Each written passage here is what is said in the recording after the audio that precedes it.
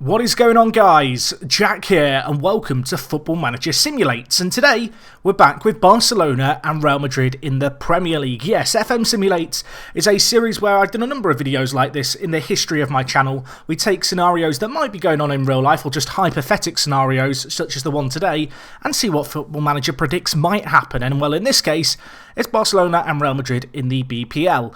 Worth noting, this is available on the Steam Workshop, this database. It was made by Sanguine Blue. Massive thank you to you, my good sir. Always does some tip-top databases on the workshop. I recommend you check it out. If you're looking for a fun challenge, maybe this is something you could give a go.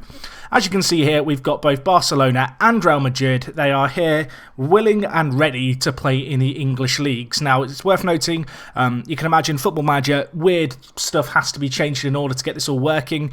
Both teams have been moved to England, obviously, to be eligible for the Premier League. They will, however, in the first season here, play in the Spanish Cup, and they will not be able to play in the Capital One or League Cup here in England for the duration of their time. So yeah, I think for this episode we're just going to do one season. We'll go in detail and see what's going on. If you guys do enjoy this, we might go way further into the future. We might see, you know, over 5 years, 10 years, 20 years, you know, we can add more parts to this series as we go. Of course, if you do enjoy this video, leave a like, it'd be really appreciated. Let me know any other FM Simulates ideas you have down in the comments. And well, let's get to the end of the first season of Barcelona and Real Madrid in the Premier League and see how they get on. Okay guys, so we are back here, and as you can see, it's June 2018, and I don't know if I'm surprised. I'm not surprised, I'll be honest. Barcelona have won the league and Real Madrid have come second. You can see here they were the top dogs in the league. In the end, just 3 points separating them. On the final day of the season, you can see Real Madrid won. Barcelona won as well. It did go down to the wire, but ultimately Barcelona, they've won the league. And well, should we have a look at how they did this year in the English system? You can see they actually took part firstly in the Spanish Super Cup, which, as I mentioned, there are some weird issues, as you might imagine, with moving these clubs to England. They lost to Real Madrid in it, so not the best start, but you can see going on from there, they bounced back okay. They had a bit of a rough start to the season, actually. You can see a really rough start. They drew against Palace, they lost against West Ham, they drew against Tottenham and United, which isn't too bad, but a draw against Burnley away from home, not ideal. I can only assume they picked up their form as the season went on. You can see during all this, they were doing okay in the Champions League. They beat Bayern Munich 1-0. They then drew against them in the second kind of game of the group stage to progress through. They did okay in the Spanish Cup as well. We won't look too much into the Spanish Cup. They actually lost, you can see here, in the 5th round to Sevilla. In fact, no they didn't. They lost the first leg and they bounced back and won that. Did they win the Spanish Cup? It'd be a little bit awkward, wouldn't it, if they won it all? No, they lost in the final on penalties to Atletico. They also lost in the semi-final here, the FA Cup. And they lost to Man City, their fellow Premier League side, in the Champions League. That is not ideal for them. You can see they did knock out Chelsea, which is pretty good going. And they did knock out Man City as well in the FA Cup. So their FA Cup run was pretty darn difficult. But no, they did okay. You can see here Barcelona, of course, they did win the league in the end. Looking at it, they did actually drop quite a few points. They definitely kind of weren't standout winners by any means. They lost 6 games and drew 7. So, yeah, they only won about 2/3 of their games, which is a little less than average, if I'm not mistaken. Real Madrid, not too far behind, just 1 game the difference. We'll have a look at Real Madrid season and then we'll have a look at the teams in detail. You can see here they lost in the Euro Super Cup to Manchester United. As we already know, they did quite well, Real Madrid. They beat Barcelona 2-1 in both games of that 2-legged Spanish Cup final.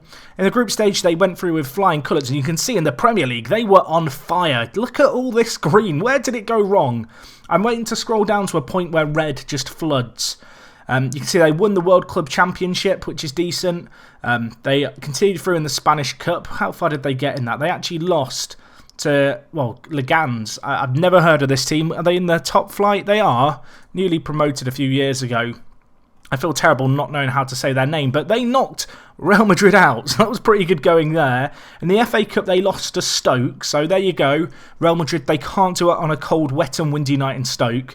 And in the Champions League, they beat Shakhtar, and they ultimately, actually, you can see here, they lost on penalties to Bayern Munich. Varane got player of the match despite finishing on 30% condition. You can see here, Tolisso was sent off. They got a few goals early on.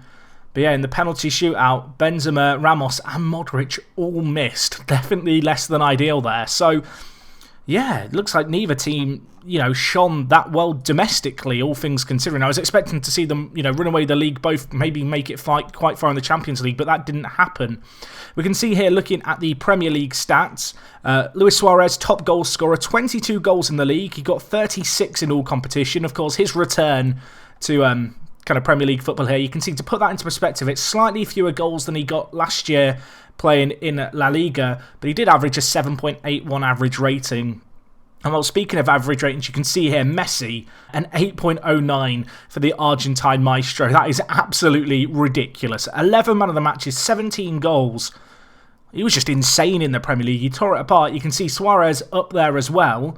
There's a distinct lack of Real Madrid players here. You can see Marcelo, naughty boy, 17 yellow cards he managed. That's not a bad total by any means. In terms of player of the matches, you can see Isco was actually a standout player for Real Madrid. Messi did well, but neither of them were as good as Aaron Cresswell. So there you go, Aaron Cresswell, better than Messi, at least in terms of average ratings. Maybe that says a little bit about the match engine and fullbacks when they play well, how well they can be valued. But yeah, looking at it here, I'm kind of surprised how close it was. I'm kind of surprised with how far the Premier League teams were off the pace, but actually you can see, looking at it, the top 8 were, well, I was about to say the top 8, let's get rid of Tottenham from the equation, but the top 7 separated by 12 points, so it was a very exciting kind of season. If we look at past positions here, you can see Barcelona made one hell of a resurgence. 16 game weeks into the season, they were down in 8th, but they bounced back, and well, we know what happened. They caught fire and couldn't be caught. Looking at their team's kind of ratings, so you can see Suarez played the most games all year, got 40 goals in all competitions. Messi, of course, got 24.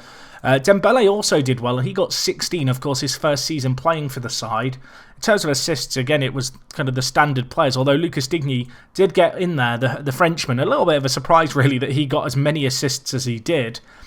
But, well, looking at the average range, you can see they played very, very well as a group. Sergio Busquets did well, Umtiti did well when called upon. And, well, a lot of games played by the teams, a very action-packed schedule. In terms of on the Real Madrid side of things, how was their squad dealing with everything? You can see here, the average rating, Ramos had the highest one. Isco had a very good year. 15 goals, 14 assists. We've not really talked about Cristiano Ronaldo's contribution. He did get 16 goals in the league. He got, a plethora of goals in other competitions, although he did get quite a few, just looking at it here in the World Cup qualifiers. But 18 goals in total. It's not a crazy amount. It says here that he scored 30. I'm going to assume that Champions League goals and World Club Championship goals weren't tracking properly for whatever reason. But yeah, 30 goals for him. Cruz had a pretty good season too. Defensively, Ramos and Varane ran the show. I'm going to assume that Real Madrid's defence was just incredible if we have a look here in detail. So yeah, you can see here, actually both teams did very well defensively. They weren't the best teams defensively in the league. Arsenal and Chelsea picked them there. And, well, goal scoring wise, they weren't the best either. They were kind of just the teams that grinded out the results the best. Obviously, Barcelona found just some insane form to end the season on. They did slip up a little bit at the end, a little bit of a splutter, but I think the title was probably already wrapped up by then. And, well, you can see here, I don't know how to feel about this. Are you surprised? Do you think this is a realistic kind of simulation of what might happen if these teams made it to the Premier League? I'm not entirely sure how to feel about these. Let's just have a quick look at the transfers to see if they did any business. Just curious, just in case they did. So Alvaro Odriozola joined Barcelona from, that'll be Sociedad. And on the Real Madrid side of the equation, did they sign anyone? I don't know what the starting budgets are for the clubs this year in FM. You can see, yeah, Real Madrid didn't sign anyone either. It will be interesting if we do a few more episodes of this to see how they spend the Premier League money, because of course that's going to be a decent chunk of cash flooding in each and every time. You can see here Valverde, of course, still in charge of Barcelona. I'm going to assume Zidane wasn't sacked either. Would have been a little bit embarrassing if I'd missed that somehow, but no, he is still in charge. In terms of the team kind of overview stats here, you can see Barcelona were best hitting the target. Real Madrid, really impressive cross completion. Barcelona doing Barcelona things. Average possession was the highest in the league, 57.16%. And you can see here actually Real Madrid as well. Both teams playing a fairly high kind of possession style of play, and it really worked for them. In terms of most clean sheets, you can see here Real Madrid actually tied with Chelsea and Arsenal there. Barcelona, a little bit disappointing. Only 11 clean sheets. I mean, I say disappointing. That's still a pretty good total. But compared to everyone else, it's not fantastic. Pass completion percentage, if we just look at it, in fact, what is this? Most passes completed. Why? I feel like there's teams missing on this list. Maybe I'm going crazy. I feel like that's bugged out somehow, because I feel like there should be way more teams being shown here than are being shown. I mean, I'm not going to question it, FM, but I was half expecting, obviously, to see Real Madrid and Barcelona up there. In terms of the Footballer of the Year, it went to Messi. Oh, sorry, N'Golo Kante, you couldn't hold on to your throne. Not entirely surprising with that 8.09 average rating. In terms of the Manager of the Year, it went to Valverde at Barcelona. What else have we got here that we can look at? Players Player of the Year, Messi. I mean, is this going to be really boring? Players Team of the Year. So looking at the Team of the Year here, only Isco, Ramos kind of getting into the team from Real Madrid. Barcelona on the other side of things. 6 of the starting 11 players were theirs. I mean, it's not entirely surprising, is it? De Bruyne and Mata, the other two kind of non-Barcelona or Real Madrid outfield players to make it in there. Courtois in goal also did well.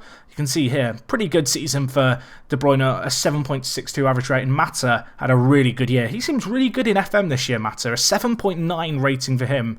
That is impressive. Young Player of the Year went to Dembele, so he has taken away Dele Alli's chance at the triple, which is going to be a little bit of a sad story for him. In terms of top goal scorer, it was Suarez, of course, with 22 goals, which is actually a little lower. In fact, it's a lot lower than previous years. You'd have to go all the way back to 2010-11 to get a player who scored less than the 22 goals that Suarez got in the league. But anyway, I think that wraps things up for this part. If you would like to see more, please let me know. We could go a few years into the future, see if they are able to win silverware, see if either of them are able to kind of retain and, I guess, assert some dominance over the Premier League. Could be interesting to see what kind of money they spend as well, of course, with all the Premier League TV money coming their way. If you would like to see it, let me know. Leave a like, obviously. And yeah, we'll do some more of these FM Simulates soon. If you've got any ideas for future FM Simulates, you can leave them in the comments, or you can tweet me them at WorkTheSpace on Twitter. If you're not obviously following me on Twitter already, what are you doing? Join the party. Hopefully I'll see you over there. And yeah, that is going to be all from me today, guys. Let me know if there's anything that I missed that you'd like to see if we do a part 2. And other than that, it is me, Jack, and I will talk to you guys in a bit. I'm out.